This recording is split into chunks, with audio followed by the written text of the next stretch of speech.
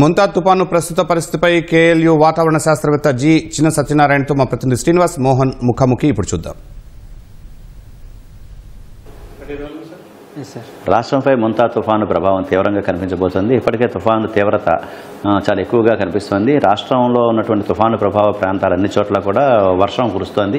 అయితే ప్రభావం ఏ విధంగా ఉండబోతోంది, అసలు ప్రధానంగా ఈ సీజన్లోనే ఎక్కువగా తుఫాన్లు ఎందుకు వస్తున్నాయి, గతంతో పోలిస్తే తుఫాన్ల తీవ్రత పెరిగిందా తగ్గిందా అనే విషయాలు కేఎల్ యూనివర్సిటీ అట్మాస్ఫియర్ విభాగం ప్రొఫెసర్ అలాగే శాస్త్రవేత్త జి సత్యనారాయణ గారు మనతో ఉన్నారు. ఆయన అడిగి మరిన్ని వివరాలు తెలుసుకుందాం. సార్ నమస్తే అండి. ముఖ్యంగా చూస్తే తుఫాన్లు ఈ సీజన్లో ఎక్కువగా రావడం, అలాగే గతంతో పోలిస్తే వీటి ఇంటెన్సిటీ ఏ విధంగా ఉందండి? సార్ సైక్లోన్స్ అనేవి మనకి ఎక్కువగా ఫ్రీ మాన్సూన్ అంటే ఏప్రిల్ టు మే మధ్యలో వస్తాయి, అలాగే అక్టోబర్ టు డిసెంబర్ మధ్యలో ఉంటాయి. అంటే మనకి జూన్ టు సెప్టెంబర్ ఉండేదానికి మాన్సూన్ సీజన్ అంటాము. ఈ టైంలో ఎక్కువ రెయిన్ పడుతుంటుంది. అక్కడ ఏంటంటే జూన్ టు సెప్టెంబర్ మధ్యలో ఏ విధమైన సైక్లోన్స్ అనేవి రావు. ఎందుకు రావండి అంటే వర్టికల్ విండ్ షేర్ అంటాం. అక్కడ విండ్ స్పీడ్ అనేది ఎక్కువ ఉంటుంది అనమాట. ఈ వర్టికల్ విండ్ షేర్ అనేది బిట్వీన్ అంటే లోయర్ లెవెల్ 850 దగ్గర నుంచి 200 హెక్టాపాస్కల్ మధ్యలో ఉండే లెవెల్ డిఫరెన్సెస్ని విండ్ షీర్ అంటారు. ఈ విండ్ షీర్ అనేది అక్టోబర్ టు డిసెంబర్ మధ్యలో తక్కువగా ఉంటుంది. అంటే మినిమం వర్టికల్ విండ్ షీర్ ఉండాలంటాం. అయితే ఈ జూన్ టు సెప్టెంబర్లో పడిన రెయిన్ వల్ల అంటే రివర్స్ కానీ ఇవన్నీ కూడా వాటర్ ఎవాపరేట్ అయ్యి మాయిశ్చర్ కంటెంట్ అనేది అట్మాస్ఫియర్లో ఎక్కువగా మాయిశ్చర్ అట్మాస్ఫియర్లో ఉన్నప్పుడు అట్మాస్ఫియర్లో ఇన్స్టెబిలిటీ ఏర్పడుతుంది. అంటే ఎంతైతే మాయిశ్చర్ ఉందో అక్కడ vertical clouds cumulonimbus clouds form అవుతుంది. ఈ క్యూములోనింబస్ క్లౌడ్స్ అనేవి గ్రూప్గా అంటే నెంబర్ ఆఫ్ క్యూములోనింబస్ క్లౌడ్స్ ఒక సిస్టమ్ కింద ఫామ్ అవుతుంటుంది. ఇది అక్టోబర్ టు డిసెంబర్ మధ్యలో జరుగుతుంది. అంటే రివర్స్ వాటర్ అంతా ఓషన్లో కలుస్తుంటుంది, ఎవాపరేషన్ ఎక్కువగా ఉంటుంది. దీంతోపాటు ఓషన్ యొక్క టెంపరేచర్ అంటే సీ సర్ఫేస్ టెంపరేచర్ అంటే సముద్ర ఉపరితల ఉష్ణోగ్రత అనేది 20 డిగ్రీ సెంటిగ్రేడ్ కన్నా ఎక్కువ ఉండాలి. అలాగే మిడ్ లెవెల్ దగ్గర మాయిశ్చర్ కంటెంట్ ఎక్కువ ఉండాలి. ఈ ఫోర్స్ టిల్ట్ అవడానికి అంటే ఈ సైక్లోనిక్ సిస్టమ్ అనేది యాంటీ క్లాక్ వైజ్లో రొటేట్ అవుతుంది. ఇది రొటేట్ అవడానికి మనకి కొరియాలిస్ ఫోర్స్ అనేది మినిమం ఉండాలి. ఈ కండిషన్స్ అన్నీ సాటిస్ఫై అయినప్పుడు మనకి సైక్లోన్స్ అనేవి ఫామ్ అవడానికి పాసిబిలిటీ ఉంటుంది. ఈ సైక్లోన్ ఫామ్ అయినప్పుడు మనకి ఈ సైక్లోన్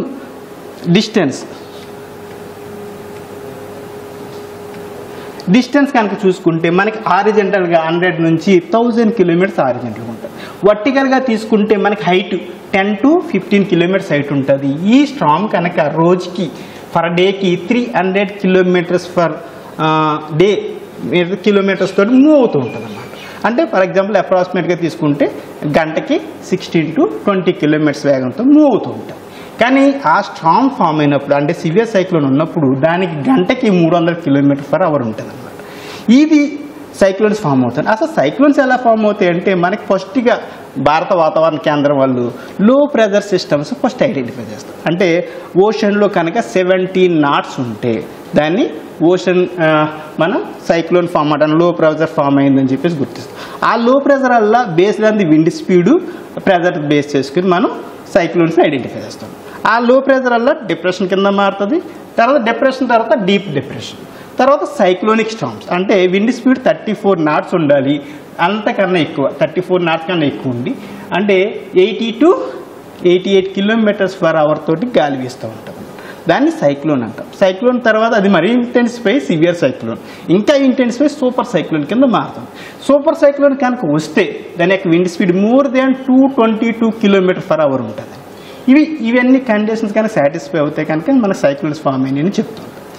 సార్ చెప్పినట్టు గతంలో చూసుకుంటే మనకి ఎన్ని సైక్లోన్స్ వచ్చాయి 1979 నుంచి ప్రజెంట్ వరకు 2024 వరకు చూసుకుంటే 15 సైక్లోన్స్ అనేవి ఫామ్ అయ్యాయి. Severe cyclones not cyclones, severe cyclones. ఆ సివియర్ సైక్లోన్స్ ఫామ్ అయినప్పుడు 2022లో ఒక సైక్లోన్ అంటే 1 డిసెంబర్ని ఫామ్ అయింది. అలాగే 2018లో 18 అక్టోబర్ని 8 అక్టోబర్ 13 డిసెంబర్లో ఫామ్ అయింది. ఈ సైక్లోన్స్ అన్నీ కూడా నెంబర్ ఆఫ్ అన్నీ కూడా మనకి సౌత్ ఆంధ్రప్రదేశ్ నుంచి కాకినాడ మధ్యలో గోరఖ్పూర్ మధ్యలోనే క్రాస్ అవుతుంటాయి. ఈ సైక్లోన్స్ వల్ల చూసుకుంటే మనకు ఉదుత్ సైక్లోన్ తీసుకోండి. మనకి 2014 అంటే సివియర్ సైక్లోన్ అన్నమాట. దీని యొక్క విండ్ స్పీడ్ అప్పుడే మనకి 220 కిలోమీటర్స్ పర్ అవర్ అన్నమాట. చాలా చెట్లు పడిపోవడం జరిగింది, వైజాగ్ తీరం నష్టం జరిగింది. ఇవన్నీ సైక్లోన్స్ కూడా టిల్టీ సైక్లోన్ మనం చూసుకుని 2008 అంటే పెతే సైక్లోన్, ఆంధ్రప్రదేశ్ తమిళనాడు కోస్ట్ మధ్యలో క్రాస్ అవ్వడం జరిగింది. ఇవన్నీ కూడా సివియర్ సైక్లోన్స్ వల్ల మనకి ఏంటంటే చెట్లు పడిపోవటం, ఫ్లడ్స్ ఎక్కువగా ఉండటం, అలాగే సీ లెవెల్ రైజెస్ అనమాట. మనకి హై టైడ్స్ రావడం, కోస్టల్ పక్కన ఉన్నప్పుడు హై టైడ్స్ వచ్చి దానివల్ల ఏమవుతుందంటే చుట్టుపక్కల అంటే 2 to 5 కిలోమీటర్స్ వరకు సముద్ర కోస్ట్ నుంచి దానికి అలల తీవ్రత ఎక్కువ ఉండటం వల్ల అక్కడ స్టామ్ సర్చ్ ఇది ఎక్కువగా ఉంటుంటుంది. ఇవన్నీ గతంలో ఎక్కువ ఉంటాయి. ఇవి కూడా చూసుకుంటే సార్ ఇండియాలోనే కాదు, మనం ఎంటైర్ ఓషన్ చూసుకుంటే మన గతంలో చూసుకుంటే బే ఆఫ్ బెంగాల్ ఇండియన్ ఓషన్లో మనకి యావరేజ్గా 14 సైక్లోన్స్ ఫామ్ అయ్యాయి. ఈ మధ్య కాలంలో చూసుకుంటే సైక్లోన్స్ ఏమవుతున్నాయి, తగ్గుతున్నాయి అనమాట. అంటే గతంలో 1946 నుంచి 2014 వరకు 10 ఉంటే యావరేజ్ ప్రజెంట్ వరకు గతంలో 70కి ముందు అంటే global warming, pre global warming అంటే పొల్యూషన్స్ లెవెల్స్ పెరగడం వల్ల అంటే ఇండస్ట్రియల్ ఎరా అంటాం, ప్రీ ఇండస్ట్రియల్ ఎరా అంటాం. అక్కడ చూసుకుంటే గతంలో 14 సైక్లోన్స్ ఉండేవండి, కానీ ఇంత సివియారిటీ ఉండేవి కాదు. ఈ మధ్య కాలంలో వచ్చే సైక్లోన్స్ ఏంటంటే యావరేజ్గా 7 సైక్లోన్స్ అనేవి బే ఆఫ్ బెంగాల్లో కానీ అరేబియన్ సీలో కానీ ఫామ్ అవుతుంది. అంటే బే ఆఫ్ బెంగాల్లో మోర్ దాన్ 5 సైక్లోన్స్ అనేవి ఎవ్రీ ఇయర్ ఫామ్ అవుతుంది. ఈ ఫామ్ అవటం వల్ల ఈ సివియారిటీ సివియారిటీ అనేది తీవ్రతతో కూడిన సైక్లోన్స్ ఎక్కువ వస్తాయి. దాని విండ్ స్పీడ్ ఎక్కువ ఉండటం, ఒకే రోజుని హెవీ రెయిన్ పడటం, ఇవన్నీ జరుగుతున్నాయి. అంటే ఇవన్నీ చూసుకుంటే అన్ని పసిఫిక్ ఓషన్స్ కానీ, ఇండియన్ ఓషన్ కానీ, ఈస్ట్ పసిఫిక్ కానీ, అట్లాంటిక్ ఓషన్ అన్నట్లో కూడా సైక్లోన్స్ అనేవి ఎక్కువగా ఉంటాయి. పసిఫిక్ ఓషన్లో అయితే ఎవ్రీ ఇయర్ 28 సైక్లోన్స్ ఫామ్ అవుతుంటాయి యావరేజ్గా. కానీ మన ఇండియన్ ఓషన్లో చూసుకుంటే 7 to 10 సైక్లోన్స్ అనేవి ఫామ్ అవుతుంది. అంటే ఇప్పుడు చూస్తే ఇప్పుడున్నటువంటి ముంతా తుఫాన్ తీవ్రత గతంతో పోలిస్తే ఎక్కువగా ఉందా లేదా తక్కువగా ఉందా? ఇప్పుడు ప్రభుత్వం మొత్తం యావత్ యంత్రాంగాన్ని అప్రమత్తం చేసిన నేపథ్యంలో ప్రజలు ఎలాంటి జాగ్రత్తలు తీసుకోవాలి? తుఫాను ఎప్పుడు తీరం దాటే అవకాశం ఉంది? ఇది ఎలా బలపడుతుంది? సార్ మంతా సైక్లోన్ తీసుకుంటే ప్రస్తుతానికి అయితే అది సైక్లోనిక్ స్టార్మ్ కింద ఉంది. ఈ రోజు రాత్రికి అది సివియర్ సైక్లోన్ కింద మారే అవకాశం అయితే ఉంది. ఈవినింగ్ కల్లా మనకి కోస్టల్లో తీసుకుంటే ప్రస్తుతానికి ఇప్పుడు 11 అయ్యింది కాబట్టి క్లౌడ్స్ ఫామ్ అయ్యి రెయిన్ డ్రాప్స్ అయితే స్టార్ట్ అయ్యింది. కాబట్టి ఈ రోజు రాత్రికి అయితే దాని యొక్క సివియారిటీ ఎక్కువ ఉంటుంది. అది ప్రస్తుతానికి అయితే సైక్లోనిక్ స్టార్మ్ కింద ఉంది. రాత్రికి అయితే మాత్రం సివియర్ సైక్లోన్ కింద మారి రేపు మార్నింగ్ కల్లా అది కోస్ట్కి దగ్గరికి వచ్చేది. ప్రస్తుతం అయితే సైక్లోన్ అయితే మనం చూసుకుంటే మనకి చెన్నైకి 600 కిలోమీటర్స్ దూరంలో ఉందండి. అలాగే కాకినాడకి కూడా 680 కిలోమీటర్స్ దూరంలో ఉంది. విశాఖపట్నానికి 710 కిలోమీటర్స్ ఉంది. ఈ ప్రస్తుతం ఆంధ్రప్రదేశ్ అంటే సైక్లోన్ ఇక్కడ ప్రజెంట్ లొకేషన్లో చూసుకుంటే 12.2 డిగ్రీస్ లాటిట్యూడ్ దగ్గర ఉంది. అలాగే 85.3 ఈస్ట్ దగ్గర ఉంది, లొకేట్ అయి ఉంది. ఇది ఎప్పుడు నార్త్ వెస్ట్ వర్డ్ మూవ్ అవుతుంది. గంటకి 16 కిలోమీటర్స్ పర్ అవర్ తోటి నార్త్ వెస్ట్ వర్డ్ మూవ్ అవుతుంది. కాబట్టి ఈ సైక్లోన్ యొక్క ప్రభావం ఐఎండీ ట్రాక్ చూసుకున్నా కానీ దీని యొక్క క్రాసింగ్ అనేది ఏంటంటే అమలాపురం నుంచి కాకినాడ మధ్యలో అంటే యానం కాకినాడ మధ్యలో క్రాస్ అయ్యేటట్టు అయితే కనిపిస్తుంది.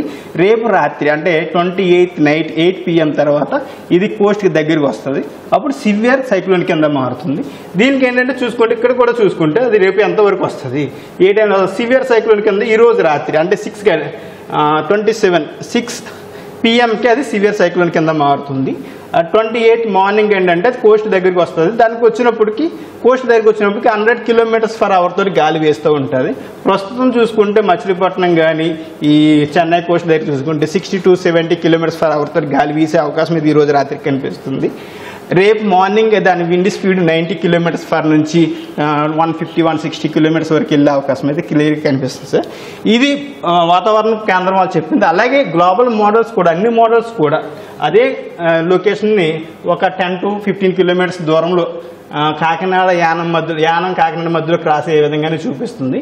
రేపు నైట్కి మాత్రం ఇది కోస్ట్ దగ్గరికి వస్తుంది. 8 PM దగ్గర క్రాస్ అయ్యే అవకాశం అయితే కనిపిస్తుంది. అన్ని ఇన్క్వైరీస్ కానీ ఆల్ గ్లోబల్ మోడల్స్ అన్నీ కూడా అదే లొకేషన్ చూపిస్తుంది. రేపు రాత్రి 8 గంటలకి ఇది తీరాన్ని దాటే కోస్ట్కి దగ్గరికి వచ్చేవండి. 8 తర్వాత ఇది తీరాన్ని దాటే అవకాశం ఉంది. అంటే ఇప్పుడు చూస్తే ఈ రోజు నుంచి వర్షాలు పడుతున్నాయి. ఈ రోజు రాత్రి భారీ వర్షాలు కురిసే అవకాశం ఉందా? లేదా రేపు వర్షాలు సంబంధించిన కానీ గాలుడు కానీ ముఖ్యంగా ఈ ఆంధ్రప్రదేశ్లో కోస్తా తీరంలో ఏ ప్రాంతంలో ఎక్కువగా ఉండే అవకాశం ఉందా? సార్ దీని యొక్క ప్రభావం వల్ల ఈ కోస్ట్ నుంచి రెయిన్ బ్యాండ్స్ అనేవి క్లియర్గా చూడవచ్చు సార్. ఇక్కడ ఈ ఇమేజెస్లో చూసుకోవచ్చు. ఇది అనేది రెడ్ కలర్ ఇండికేట్ చేసేది ఏంటంటే రెయిన్ఫాల్ అనేది మోర్ దాన్ 10 to 20 సెంటీమీటర్స్ అనేది పడుతుంటుంది. ఇది ఎందుకంటే ఈ సిస్టమ్ మూవ్ అవుతున్నప్పుడు కోస్ట్ వెంబడి మాత్రం దాని యొక్క విండ్ వెలాసిటీ వలన 300 కిలోమీటర్స్ 600 కిలోమీటర్స్ వరకు దాన్ని ఎక్స్టెండ్ అయ్యి ఉంటుంది. ఈ క్లౌడ్ బ్యాండ్ వల్ల ఈ కోస్ట్ వెంబడి 10 to 20 సెంటీమీటర్స్ అయితే ఈ రోజు రాత్రి నుంచి పడే అవకాశం అయితే క్లియర్గా కనిపిస్తుంది. మోర్ దాన్ 5 సెంటీమీటర్స్ పడే అవకాశం అయితే క్లియర్గా ఉంది సార్. అది కోస్ట్ దాటిన తర్వాత కూడా వర్షం పడుతుంది. అంటే 29th ఆఫ్టర్నూన్ వరకు రెయిన్ పడే అవకాశం అయితే క్లియర్గా కనిపిస్తుంది. అంటే రాష్ట్ర ప్రభుత్వం ఇప్పటికే 19 జిల్లాల పరిధిలో ఉన్నటువంటి యావత్ యంత్రాంగాన్ని అప్రమత్తం చేయడం జరిగింది. ప్రజలు కూడా తగిన జాగ్రత్తలు తీసుకోవాలని కూడా స్పష్టమైనటువంటి సూచనలు కూడా చేయడం జరుగుతుంది. అంటే ప్రభుత్వ సన్నద్ధత ప్రస్తుతం ఉన్నటువంటి పరిస్థితులతో సరిపోతుందా, అయితే గత అనుభవాల దృష్ట్యా ప్రజలు ఏ మేరకు జాగ్రత్తలు తీసుకోవాల్సిన అవసరం ఉంది, ప్రభుత్వం ఇంకా ఎలాంటి సన్నద్ధత ఉండాలని? ప్రభుత్వం అయితే తీసుకున్న జాగ్రత్తలు నిన్న చంద్రబాబు నాయుడు నిన్న ఈవినింగ్ నుంచి కూడా అందరినీ అలర్ట్ చేయడం జరిగింది. స్కూల్స్ కూడా హాలిడేస్ ఇచ్చారు. కానీ ఇవన్నీ పక్కాగా ఉన్నాయి. అందరినీ కూడా తీర ప్రాంతంలో ఇప్పుడు ఎవరైతే మిగిలిపోయి ఉంటారో, ఎవరైతే కోస్ట్ పక్కన ఉంటారో సముద్ర తీర ప్రాంతం నుంచి 5 to 10 కిలోమీటర్స్ మధ్యలో ఉన్న హట్స్లో కానీ ఏమైనా ఉన్న వాళ్ళని అందరూ వెకేట్ చేస్తే, ఎందుకంటే గంటకి 60 to 80 కిలోమీటర్స్ అవర్తో గాలి వీచే అవకాశం ఉంది కాబట్టి చెట్లు పడిపోయే అవకాశం ఉంది. అలాగే పూరిలు ఉంటే చిన్న చిన్న గుడిసెలు కానీ ఇవన్నీ ఉంటే కూలిపోయే అవకాశం ఉంది కాబట్టి దాంతోపాటు టైడ్స్ అయితే ఎక్కువ వచ్చే అవకాశం ఉంది కాబట్టి అందరినీ కూడా అక్కడ అప్రమత్తం చేసి ఆల్రెడీ అప్రమత్తం చేశారు. ఇంకెవరైనా మిగిలిపోయి ఉంటే వాళ్ళందరినీ కూడా సురక్షిత ప్రాంతాలకు మూవ్ చేస్తే మంచిది సార్. చేస్తుంది చంద్రబాబు నాయుడు చేస్తుంది అయితే చాలా పర్ఫెక్ట్గా ఉంది. 24 hours ఆయన సిస్టమ్ మీద కూర్చొని మానిటర్ చేస్తున్నారు. ఆల్ కలెక్టర్స్ కూడా మీటింగ్లోకి కనెక్ట్ చేయడం జరిగింది. IMD వాళ్ళు కూడా అందులోనే ఉన్నారు, డిజాస్టర్ మేనేజ్మెంట్ అందరూ ఉన్నారు. 24 hours మానిటర్ చేస్తున్నారు. ఎవరైతే ఉంటారో కోస్ట్ పక్కకి వెళ్లకుండా ప్లస్ అంటే ఈరోజు రాత్రి నుంచి 29th ఆఫ్టర్నూన్ వరకు కోస్ట్ పక్క ఎవరిని వెళ్లకుండా చూడాలి. ఎవరైతే వేటకు వెళ్తూ ఉంటారో వాళ్ళని కూడా సముద్రం ప్రాంతాలకు వెళ్లకుండా చూస్తే మంచిది. మరి ఇప్పుడు చూస్తే మన గత అనుభవాలు కావచ్చు, ఇప్పుడున్న అనుభవాలు కావచ్చు, శాస్త్రీయంగా సముద్రం ఏదైతే తుఫాను తీరం దాటుతుంది అని ఏదైతే ప్రాంతాన్ని మనం చెప్తూ ఉన్నాం, ఖచ్చితంగా అక్కడే తీరం దాటే అవకాశం ఉందా? ఇప్పుడు టెక్నాలజీ మరింత అప్డేట్ అయినటువంటి నేపథ్యంలో మనం ఖచ్చితమైనటువంటి లొకేషన్ ఐడెంటిఫై చేసే పరిస్థితులు కనిపిస్తున్నాయి. సార్ గతంలో చూసుకుంటే మాకు 10 to 15 కిలోమీటర్స్ అనేది 30 కిలోమీటర్స్ వరకు ఉండేది 2010కి. ఈ మధ్య కాలంలో కంప్యూటేషనల్ పవర్ పెరగడం అంటే సూపర్ కంప్యూటర్స్ ఇవి మనకి IITM పూణే కానీ NCMRW కానీ మినిస్టర్ ఆఫ్ ఎర్త్ సైన్స్ వాళ్ళు మంచి సూపర్ కంప్యూటర్స్ తీసుకున్నారు. దీనివల్ల ఏంటంటే 5 to 10 kilometres maximum 5 to 10 kilometres లోపల మేము క్యాప్చర్ చేయగలుగుతుంది. ఎగ్జాక్ట్ లొకేషన్ మాత్రం మేము 3 to 5 కిలోమీటర్స్ రేడియస్లో ఎక్కడ క్రాస్ అవుతుందని క్లియర్గా చెప్పగలుగుతున్నాం సార్. టెక్నాలజీ ప్రజెంట్ బాగుంది. అంటే గతంలో చూస్తే మనకి చాలా రకాలు హుదూద్ కావచ్చు, లేకపోతే మొన్న వచ్చిన మిచాంగ్ కావచ్చు, వీటన్నిటిలో చూస్తే కొంతవరకు పబ్లిక్ కొంతవరకు నష్టం జరగడం జరిగింది. ఆస్తులు కూడా పెద్ద ఎత్తున నష్టం జరిగింది. అయితే ఈసారి ప్రభుత్వం ప్రాణ నష్టాన్ని తగ్గించడం, ఆస్తు నష్టాన్ని తగ్గించడం కోసం చాలా ఎక్కువగా ప్రజలను అప్రమత్తం చేస్తూ ఇప్పటికే అన్ని రకాల సన్నద్ధతో ఉంది. అయితే గత తుఫాను అనుభవాల నేపథ్యంలో ఇప్పుడు ఉన్నటువంటి తుఫాను తీవ్రత ఏ విధంగా ఉందనుకోవచ్చు, ఇంకా ఎలాంటి జాగ్రత్తలు ప్రజల నుంచి ఉండాలి? సార్ ప్రస్తుతానికి అయితే గతంలో సైక్లోన్స్ మాదిరిగా ఇది సివియర్ సైక్లోన్ కింద ఇంటెన్సిఫై అయ్యింది కాబట్టి గతంలో సైక్లోన్స్ వల్ల దీని యొక్క తీవ్రత కూడా ఎక్కువగా ఉంటుంది. విండ్ స్పీడ్ కూడా మోర్ దాన్ 100 km/h ఉండే అవకాశం అయితే ఉంది, మోర్ దాన్ 100 km. దానివల్ల ఏంటంటే చెట్లు పడిపోయే అవకాశం ఉంది, ఇవన్నీ జరుగుతాయి. అలాగే వరి క్రాప్స్ కానీ ఇవన్నీ కూడా డ్యామేజ్ అయ్యే అవకాశం ఉంది. ప్రస్తుతానికి కూడా ఇప్పుడు కూడా అందరూ అలర్ట్లో ఉన్నారు. అందరూ కూడా ఎవరి ఫీల్డ్ వాళ్ళు కోస్ట్ పక్కన కానీ అందరూ అలర్ట్ అయితే జారీ చేశారు సార్, కలెక్టర్ గారు కానీ సీఎం గారి నుంచి కానీ. ప్రస్తుతానికి అయితే గతంలో ప్రకారంగా చూసుకుంటే ఇది ఇప్పుడు ప్రజెంట్ ఎలా ఉన్నారో అదే కంటిన్యూ అవుతే సరిపోతుంది. అంటే ఇప్పుడు మనం చూస్తే వాతావరణం చాలా ఒక విభిన్నమైనటువంటి పరిస్థితి కనిపిస్తుంది. తీవ్రమైన ఎండ, కాసేపట్లోనే మేఘాలు పట్టడం, భారీగా వర్షం కురవడం, ఆ కురిసింది కూడా ఏదో ఫైర్ ఇంజన్తో వాటర్ పోసేసినంత తీవ్రతగా వాతావరణంలో ఈ వర్షాలు కనిపిస్తున్నాయి.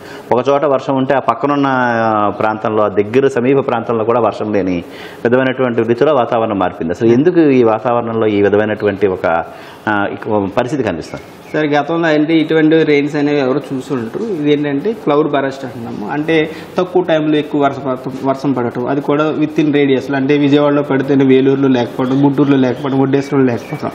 ఈ ఏంటంటే తక్కువ టైంలో, అంటే ఇది ఏంటంటే ఈ క్యూమ్యులో నింబస్ క్లౌడ్స్ ఫామ్ అవ్వడం, అంటే కన్వెక్టివ్ సిస్టమ్స్, అంటే మనకి థండర్ స్టార్మ్ యాక్టివిటీ లాంటివి. అంటే మనకి ఏప్రిల్ టు మే మధ్యలో వచ్చే థండర్ స్టార్మ్స్ ఎలా ఉంటాయి, అది 3 km రేడియస్లో ఉంటుంది. 3 km అంటే ఒక ఏరియాలోనే గట్టిగా గాలి వీయటం, రెయిన్ పడటం.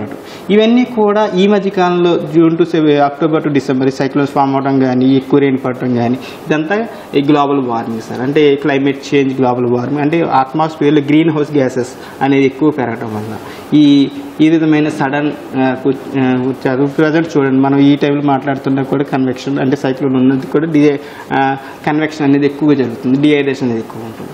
అంటే అట్మాస్ఫియర్లో డిఫరెంట్ వెదర్ అనమాట. అంటే అప్పుడే వేడిగా ఉంటుంది, అప్పుడే చల్లగా ఉంటుంది, అప్పుడే రెయిన్ వస్తుంది. ఇవన్నీ కారణం ఏంటంటే అట్మాస్ఫియర్లో పెరిగే పొల్యూషన్స్ లెవెల్స్. అంటే ఈ వాతావరణ అనిశ్చితి నుంచి మనం బయటపడే మార్గం ఏమైనా ఉందా అసలు? దీని నుంచి బయటపడే అవకాశం మార్గాలు ఉన్నాయంటే ప్రభుత్వాలన్నీ కూడా దీని మీద దృష్టి పెట్టాలి.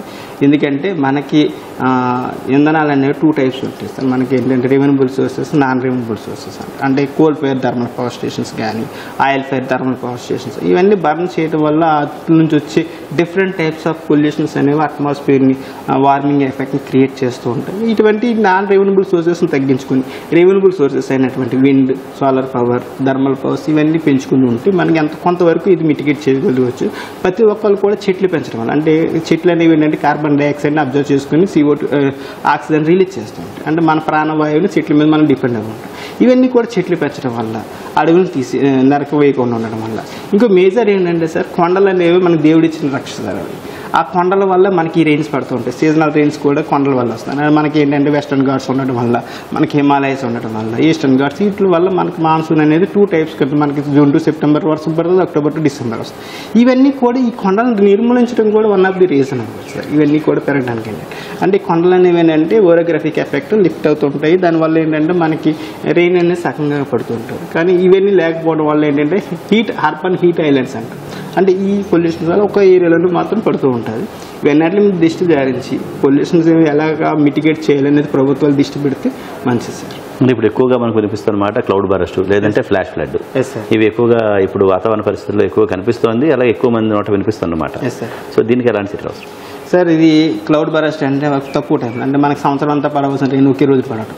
అంటే బుడమేరు కావచ్చు, గతంలో మనకి హైదరాబాద్ ఫ్లడ్స్ కావచ్చు, ఒకే రోజు 30 సెంటీమీటర్స్. అంటే హైదరాబాద్ చూసుకుంటే మనకి యాన్యువల్ రెయిన్ఫాల్ చూసుకుంటే 700 మిల్లీమీటర్స్. ఒకే రోజు 30 సెంటీమీటర్ అంటే 122 డేస్లో కంట్రిబ్యూట్ చేయవలసిన రెయిన్ ఒకే రోజున పడిపోవడం వల్ల ఈ విధమైన ఫ్లాష్ ఫ్లడ్స్, అదే ఫ్లాష్ ఫ్లడ్స్ అని చెప్పి ఇక్కడ ఏంటంటే ఫ్లడ్స్ అనేవి వస్తుంటాయి. బుడమేరు వాక్ ఫ్లడ్స్ అంటే డ్రైనేజ్ సిస్టమ్ వీక్ ఉండడం వల్ల, ఒకే రోజు 30 సెంటీమీటర్స్ పడితే అక్కడ డ్రైనేజ్ సిస్టమ్ వీక్ ఉండడం వల్ల వాటర్ అనేది మూవ్ అవుతుంది. ఇవన్నీ వల్ల ఆ లోకల్ ఏరియా ఫ్లడ్కి గురయ్యే అవకాశం ఉంది. ఇవన్నీ కంట్రోల్ చేయాలంటే, మిటిగేట్ చేయాలంటే కంపల్సరీగా డ్రైనేజ్ సిస్టమ్స్ పర్ఫెక్ట్గా ఉండాలి. ఇప్పుడు అమరావతి రాజధాని తీసుకున్నా కానీ డ్రైనేజ్ సిస్టమ్ అనేది పర్ఫెక్ట్గా ఉంటే ఈ వాటర్ అనేది అక్కడ ఎఫెక్ట్ అవ్వదు సార్. గతంలో ఋతుపవనాలు వచ్చినప్పుడు వర్షాలు వచ్చేవి అనేటువంటిది గతంలో ఉన్నటువంటి అనుభవం. ఇప్పుడు ఒకవైపు వానల కోసం నిరీక్షణ, మరోవైపు ఏమో ఇప్పుడు వరుసగా వర్షాలు కురిసి మొత్తం అన్నపూర్ణంతో ఇటు రైతులు కానీ ప్రజలు కానీ ఆవేదన చెందుతున్నారు. ఈ పరిస్థితి అంతా ఒక విధంగా ఇటు ప్రజల్లోని ఇటు యంత్రాంగాన్ని కూడా కొంత ఉక్కిరిబిక్కిరి చేస్తున్న వాతావరణం. గతంలో మన సార్ ఫార్మర్స్ కావచ్చు, అంటే క్రాప్ సోయింగ్, క్రాప్ హార్వెస్టింగ్ అంటాం. క్రాప్ సోయింగ్ డేట్ అనేది జూన్ మొదటి వారంలో ఉండేది. ఇప్పుడు ఏంటంటే జూలై, ఆగస్టులో కానీ వరి నాట్లు వెయిట్ పోవడం వల్ల ఏంటంటే సీజన్ లెంత్ పెరగడం వల్ల, అంటే మనం క్రాప్ ఏదైతే మన చేతికి వచ్చే టైం ఉంటుందో అది సైక్లోన్ టైంలో దగ్గరికి వస్తుంది. దానికి రావడం వల్ల ఏంటంటే ఈ వరి చేలన్నీ కూడా ఈ రెయిన్కి ఎఫెక్ట్ అయ్యి సైక్లోన్కి ఎక్కి, అంటే వర్షం పడినప్పుడు చేలకి ఏమి ఎఫెక్ట్ ఉండదు. కానీ ఎప్పుడైతే ఈ గాలి వేస్తుందో అవి వరి చేలు మనకి చేతికి వచ్చినప్పుడు పడిపోతుంటాయి. ఇవన్నీ కూడా సీజనల్ షిఫ్ట్ అనమాట. మనం ఎప్పుడైతే పూర్వకాలంలో మన పెద్దలు ఏదైతే ఇచ్చారో అది కంటిన్యూ అవుతే మంచిది. ఎందుకంటే ఆన్సెట్ సోయింగ్, హార్వెస్టింగ్ అనేది బోత్ ఆర్ వెరీ ఇంపార్టెంట్. దీనికి సంబంధించింది మనం ఇప్పుడు నుంచే ఫాలో అవుతే మంచిది సార్. సార్ థ్యాంక్ యూ అండి. ఇది వాతావరణ శాస్త్రవేత్త సత్యనారాయణ గారి అభిప్రాయం. విజయవాడ నుంచి కెమెరామెన్ సైదావల్లితో శ్రీనివాస్ మోహన్, ఈటీవీ.